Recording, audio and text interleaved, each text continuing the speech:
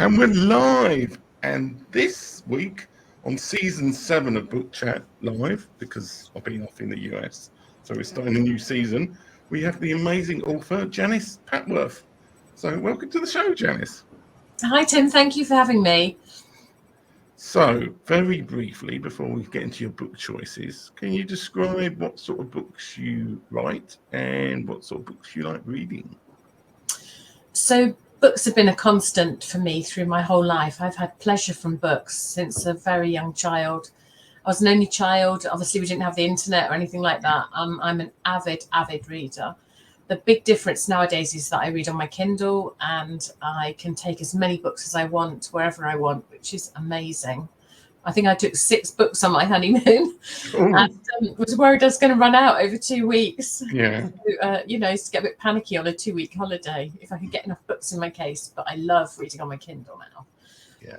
And the books I write are not story books. They are more trivia books and fun puzzle books.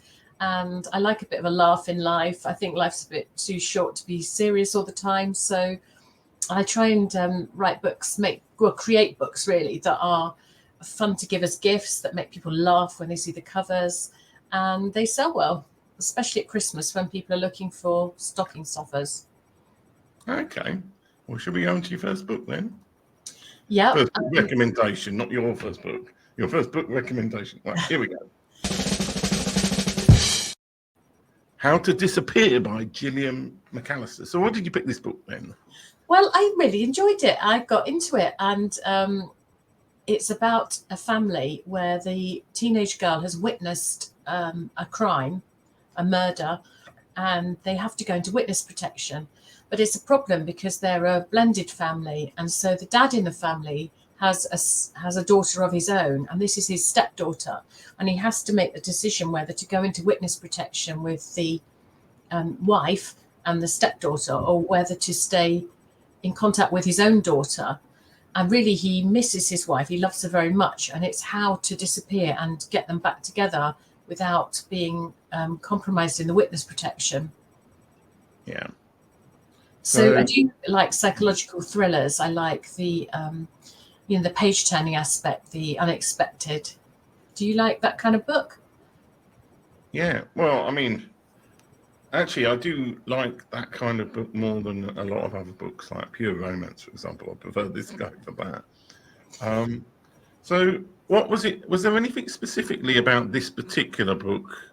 Was it that whole witness protection thing that was different? Why did this make the cut? Because I'm sure you've read a lot of sort of what I call psychological thrillers. I thought it was a very clever story. I mean, I don't want to give away the ending, but it's very clever in how it's constructed.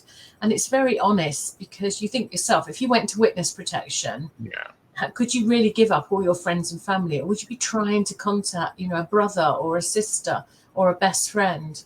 Or what's going to leak out? Your phones have changed, but you've maybe, well, in this instance, they've got a secret burner phone. Yeah. And so she is able to contact her husband, but then should she contact him, or is she going to give something away? I'm just going to cough. Apologize. That's all right. As I say, I've been UK weather affected myself in the last week or so. So, should we get on to the next book? Right. Yep. Lessons in Chemistry by Bonnie Garmus.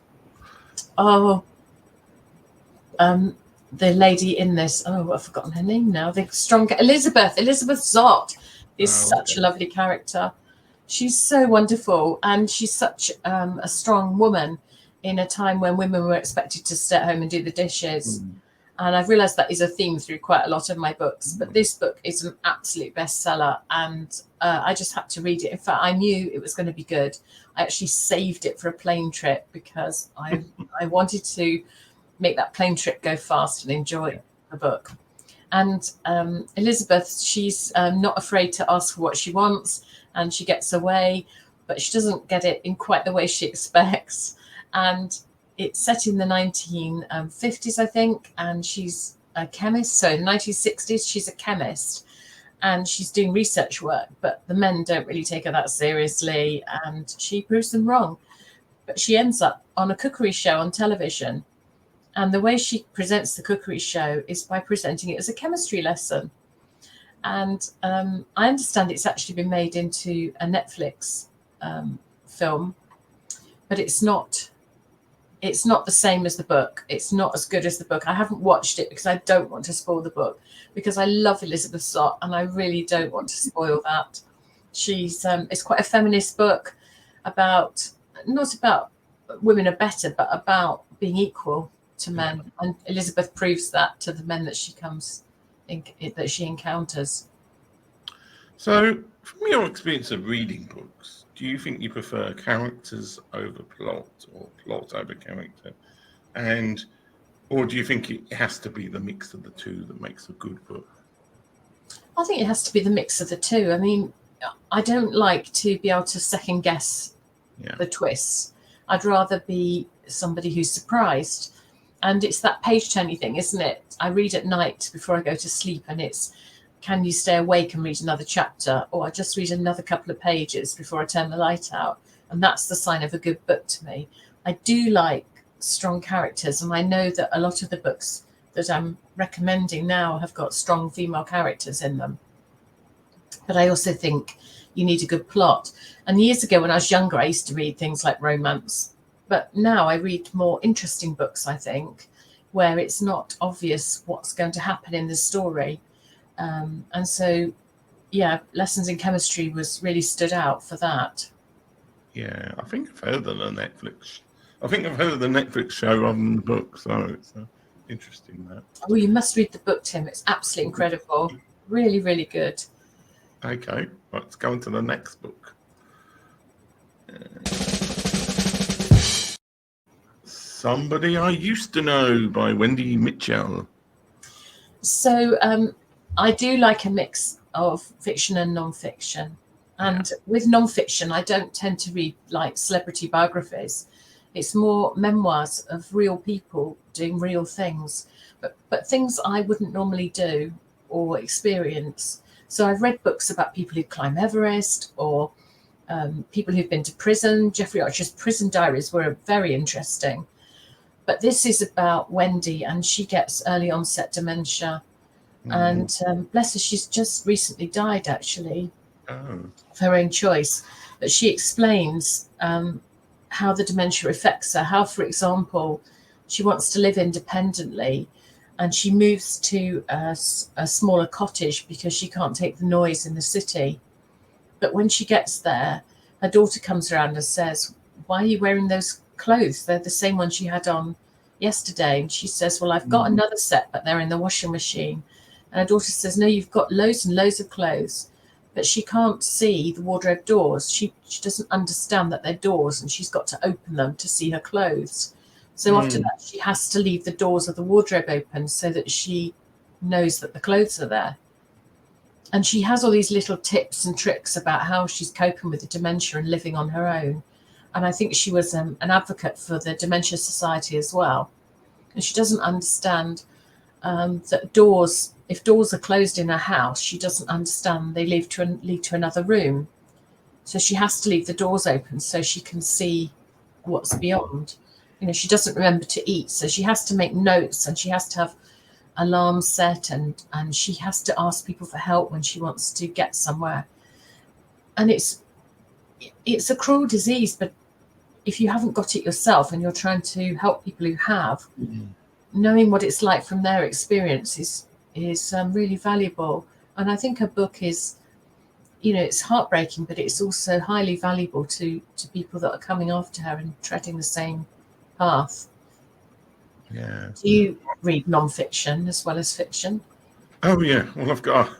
I mean, I generally probably read more non-fiction rather than fiction, to be honest.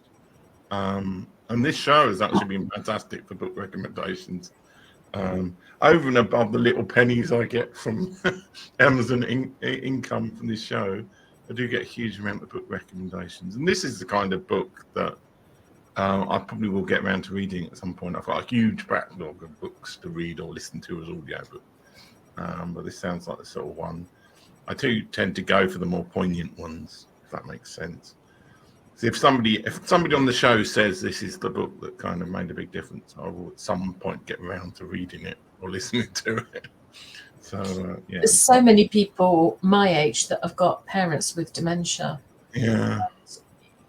I don't know what's going to change in that, and to know how it is for them, I think is really useful. Yeah. Well, my mum's okay at the moment, but you never know. And certainly my uncle's got dementia, and it's not a nice thing at all. Anyway, shall we move on to the next book? Yeah, I'm slightly out of focus. I'm just going to twiddle my... Well, you twiddle your things and I'll play the transaction.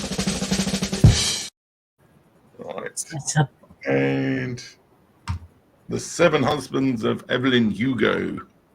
So, why this book? Well, I have discovered Taylor Jenkins Reid, and she writes amazing books, really interesting books. And again, she's got strong female characters in them. Yeah. This is a bestseller. It's got thousands of reviews on Amazon. And I belong to a Facebook group where people are saying, give book recommendations. And this book kept coming up, and I thought I'll have to read it. And it's about a star who's nearing, in the older years of her life. And she wants to write a story of her life. But she calls this journalist to come and write the biography for her. And this journalist is a very junior journalist in a magazine, and they can't believe that Evelyn Hugo's absolutely insisted on having this journalist. But there is a reason for that, and that comes through in the book later on. Yeah. But you don't know at the beginning why this journalist has been selected. And Evelyn's had 7 husbands, and the journalist asks her, who was the love of your life? And we find that out in the book. And Evelyn explains how she's married each one of them and why. But it switches between the journalist and and Evelyn, and it's an interesting book. Okay, well, it sounds like something I can't think of any questions to ask about. Well, I've never read a book like it. Really, it's not a story you would expect. It's engaging, obviously, and you feel like it could be written about somebody like Joan Collins, that sort of star, somebody like a really big star who's led an interesting life. Elizabeth Taylor, it's written about somebody like that. And one of her other books, Daisy Jones and the Six, was loosely based on Fleetwood Mac. So I do wonder if she's loosely based The 7 Husbands of Evelyn Hugo on one of the big stars from Hollywood. Yeah. She's very good in her descriptions as well. So you can imagine rooms, and you can imagine people in your mind. That's how I read. Do you think you imagine situations and people? Yeah, well, I'm certainly a visual thinker. I mean, they say more and more that people have, like, you always tend to think that everybody thinks the same way as you, but a lot of people don't have visualizations. They don't listen auditorily to things. I mean, I'm somebody often with music playing in my head all the time, if that makes any kind of sense. I'll be singing along to something, and other people don't have that. And but yeah, I mean, I'm certainly more on the visualization side of thinking through what a situation in a book was. Not totally. I mean, I think there's ranges of it, but yeah, it's an interesting point, and I'm not sure if it affects what kind of books you like either. I think you can enjoy a book whatever your thinking style is. Anyway, shall we go on to the next book then? Yeah. Right, here we go. Mad Honey. Oh, I totally forgot to press the thing. Mad Honey by Jodi Picoult. Is it Picoult or Picoult? Recently she said it was Picoult. But it's also got a second author, which is Jennifer Finney Boylan. Oh, okay. So it's co-authored. And they've each written different characters in the story and the viewpoint from different characters. Jodi Picoult is somebody I've read a lot of her books. She used to be a lawyer, and all of her books involve a court case at some point. And all of her books have a kind of moral dilemma. The court cases are not black and white, they're shades of grey. Yeah. And that makes them highly interesting. Now, in this case, Jodi and Jennifer have written this book together, but it's about a young couple, and they've each written one side of the young couple. And one of them, and they've both got mums as well, so the mums appear in the books. And one of the mums is a beekeeper, which is why it's called Mad Honey, because they do explain what mad honey is in the book. So there's a lot of natural things as well, but it's mostly about the relationship between these two young people. And there's an amazing plot twist in it. Jodi Picoult often has plot twists, and you do not see this one coming. So I don't want to spoil it, but there's an incredible jaw-dropping plot twist. Yeah. Well, I won't ask you what the plot twist is, because that's No, I can't tell you. Because it would spoil it for you. Yeah. But it almost makes you want to go back and reread the book from your new knowledge. Oh, so it's one of those kind of the Sixth Sense. I'm sure anybody who, well, I won't spoil the Sixth Sense for anyone, but like that kind of thing where you can reevaluate everything based on the knowledge you get after the plot twist. Is it one of them? Yeah. Yeah. Okay. Right. So let's plot twist. Let's go on to the next one, which is The Vanishing of Margaret Small by Neil Alexander. Well, nobody seems to have heard of this book, but it has got over 5,000 reviews on Amazon, and it is so lovely. It's a fiction book, and it's about this older lady called Margaret, and she's got learning difficulties, and she gets through life with the support of a care worker. And again, she's another character that you just absolutely adore. She's living an uncomplicated life in her own way. She starts getting letters from Cilla, and she loves Cilla Black, and she's convinced it's Cilla Black writing to her. She's a huge Cilla Black fan, and Cilla actually sends her some money, and she's convinced it's Cilla Black. And it's about, you know, Margaret's past as well, and how she was brought up. And some, you know, it's not been an easy time for Margaret with her learning difficulties in a time when that kind of thing wasn't so understood and accepted as it is now. So there is the deeper side to the story there, but also the life that Margaret leads now, and her care worker, and how they get through life. So The Vanishing of Margaret Small. Oh, she's so lovely, Margaret, and you just love her to bits. And nobody seems to have heard of this book. Well, maybe the Americans have heard of it. It's set in Liverpool, and it is very British, but you know, I think American people would enjoy it as well. Yeah. Well, I mean, you're now raising the awareness of this book, which is good. And it sounds like, well, not another. Well, I suppose it is a strong female character, but probably in a different way, isn't it? This particular characterization. Well, she's triumphed in life in the end through her own, partly through her own good fortune, but partly through, you know, doing her best for herself. And life's not been easy for Margaret, but she's coming to a point in her life where she's living her best life at the moment, really. Yeah. You know, when she gets the £50, she goes down to get a haircut, things she wouldn't normally do. Yeah. Okay, well, let's go on to the next one. Which is Miss Benson's Beetle by Rachel Joyce.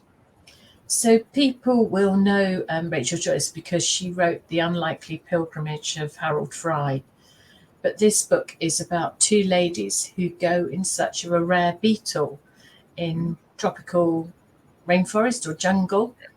And it's set in the 1950s. I don't tend to read that much historical stuff, but I wouldn't classify this as historical. So I wouldn't read maybe Tudors and that sort of thing, but I would read 1950s, 1960s that I can more relate to. And Marjorie, she abandons her job and goes off as an assistant on an expedition with Miss Benson, who's off to look for the Beetle.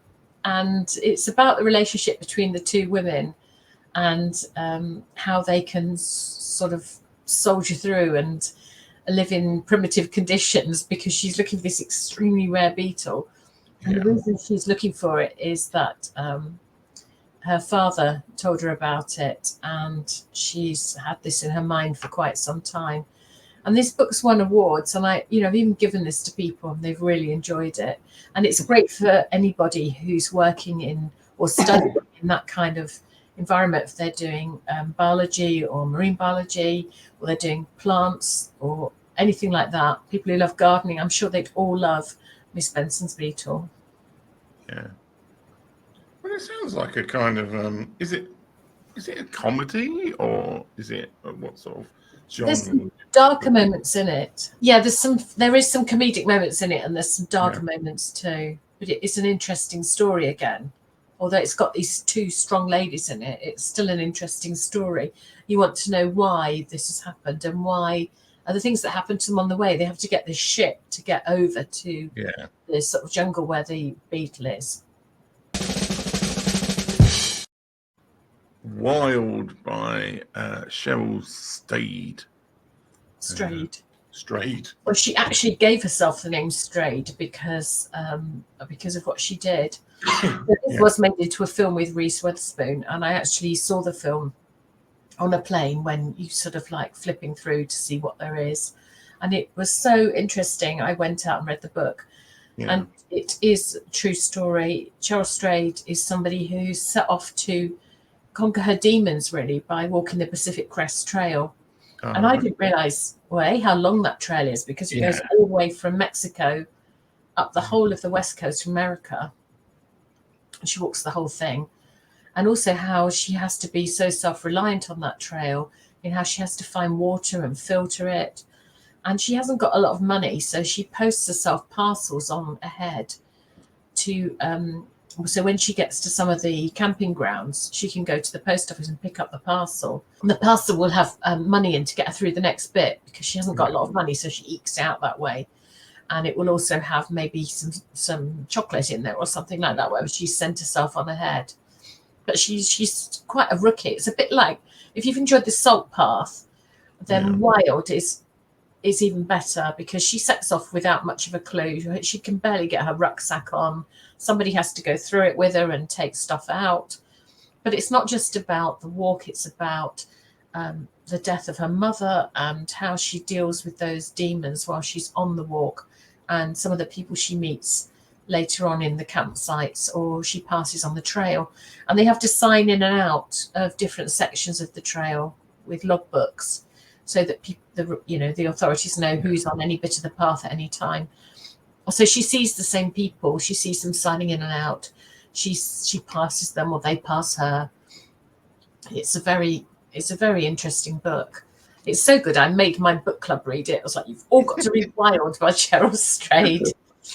Yeah, I've heard, The Salt Path has been recommended quite a few times, and I haven't got around to reading that yet. So I could maybe read that and this at the same time. Well, at the same time, but one after each other. Yes, I mean, there seemed to be a summer when everybody read The Salt Path. I mean, I live 3 miles from the coast path, but Wild is different again, because on the southwest coast path, you're always near a bus stop, aren't you? You're always near civilization, but on the PCT, you're not. Yeah, well, I mean, I've been interested in kind of all of these American, because there's like the Appalachian Trail, which is quite hard to do on the East Coast. But the Pacific Crest Trail is like the most difficult one, I think, to do, because it's got the huge peaks in the middle of it. Because it goes through basically the whole middle of the Rockies, I think, at one point. There's another trail as well in the middle that might be one I'm getting confused with. But I know it's not a trivial thing to do at all, to do the Pacific Crest Trail. And it's like extremes of temperature. Yeah. Some portions have snow and she can't see the path barely, and other portions are baking hot. Yeah, and so compared to walking the coastal trail in England, it's going to be a bit more complicated. Yes. Just get wet. Okay. Well, shall we get on to talking about the this important author who we're going to talk about last. Learn a lot while you sit on the pot. Without plugging my book, Yes. which is called Learn a Lot While You Sit on the Pot. And this is one of my little stocking stuffers, or great for Father's Day. It's designed to be inexpensive, but I've stuffed it full of funny facts and interesting trivia. So I've got some bathroom facts and poop puns, a wind scale, you know, the Beaufort scale for wind. Yeah. I've changed it into a bathroom wind scale. Oh, okay. Yeah. Lose to love, extreme excrement, and many more. I've even put in some British slang. So I think it's a fantastic little book. My kids always found fart jokes extremely funny, and so I tried to put things like that in. So, for example, in my How Windy is the Fart scale, it goes from 1, which is a light puff of air from the bottom that nobody notices, up to 12, which is hurricane devastation, where the air is filled with foam and spray and visibility can be affected. Yes. Well, I don't think we've ever had anybody talking about that on this show before, but so people say they really, really, really enjoyed it, and they gave it as a gift, and people loved it. So even the cover makes people laugh. So I couldn't go without recommending my own book. No, well, come on. Well, let's talk a bit more widely about, like, how many books have you written, and are they all that kind of book? Is it like, are they all like trivia, fluffy books, so to speak? Yeah, well, I wouldn't say written, because I would say more created. So my first one was Things to Do While You Poo on the Loo. Yeah. And that's more like an activity book for adults, but with a toilet theme in it. Yeah. Nothing too crude. And then somebody said to me, I went to a friend's house and they had an American chap visiting, and he said, "Oh, we don't call it the loo, we call it sitting on the pot."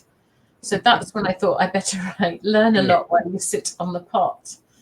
And then I've got a riddle one as well, which I did think about calling it Solve a Riddle While You Tiddle, but I thought that might be too rude. So I did call it Riddles to Do While You Poo on the Loo. Yeah. But then my main book series, and then I've got some kids books as well called That's Amazing, and Amazing Christmas Trivia. And then I do have low content books as well. Yeah. And you use the pen name Alex Smart. Yes, I mostly use the pen name Alex Smart. Yeah. So was that because of you didn't want all of the massive fame and success to be on Janice, or do you just like the name Alex Smart more? Well, it's a play on Smart Alec, you see. And also I thought I'd pick a gender neutral name. Yeah. So that people weren't influenced by thinking a man had created it or a woman had created it. Because my books are for everybody, but they tend to be bought by women and given to men. Yeah. And I know that from the reviews I've had. So it sounds like a kind of a toilet book, so to speak, or something that people might take and read in the toilet. People send me photos of it in the toilet, in the bathroom. Well, not in the bowl, but it's like no, not in the bowl. Yeah. And then somebody this year sent me a photo of it and said they were having trouble with it, that I'd upset their morning constitutional, and they sent me a photo of the page of the puzzle, one of the puzzles they were having difficulty with, but the book was being held open by a tin of Brussels sprouts. I had to email them back and say, I think it could be that you're eating too many Brussels sprouts, and who has tin Brussels sprouts anyway? But that is weird. Yeah, there's some level of weirdness I'll accept, but tin Brussels sprouts is kind of the way to go. Okay, so amazing facts out there. You know, I've got an amazing fact for you today that I found out while I was doing some research. Oh, okay. Yeah. So I found out there was a moose dropping competition in America, and what they did was they got all the moose droppings and they painted them and varnished them, and they painted a little number on each one. And then they put a target on the ground, and they went up in the helicopter and they dropped all the moose droppings out the side of the helicopter. And people had paid to have each number. So the moose dropping that landed nearest the target won the lottery and got the money. But apparently the animal rights people found out about this, and they got a bit confused and thought that they were dropping a moose out of the helicopter and not actually moose droppings. Yeah. And so a big row ensued where the town kept trying to explain, no, it's only moose droppings. And Peter, the animal people, were like, a moose? What did you say? You're dropping a moose out of the helicopter? And they're like, we're not dropping a moose, it's moose droppings. And it just came into a big row, and the whole thing had to be shut down. I thought you were going to say that they then dropped a whole load of moose droppings on the PETA people. That would have been the whole thing. Yeah. So there's a number of questions I usually ask guests on the show right at the end. If you had to pick one of these books to give to somebody, what would be your flowchart decision choice for working out what book of this list to give to somebody? Or is there just one of these books you give to everybody? So how would you work out what book of this list to give to somebody if you're going to gift just one of these books to somebody? I always think about the person I'm giving it to and what they're interested in. Yeah. Lots of people give gifts because they like the gift, but it's better to think about what the recipient likes. My daughter's girlfriend's doing marine biology, and I gave her Miss Benson's Beetle. She absolutely loved it.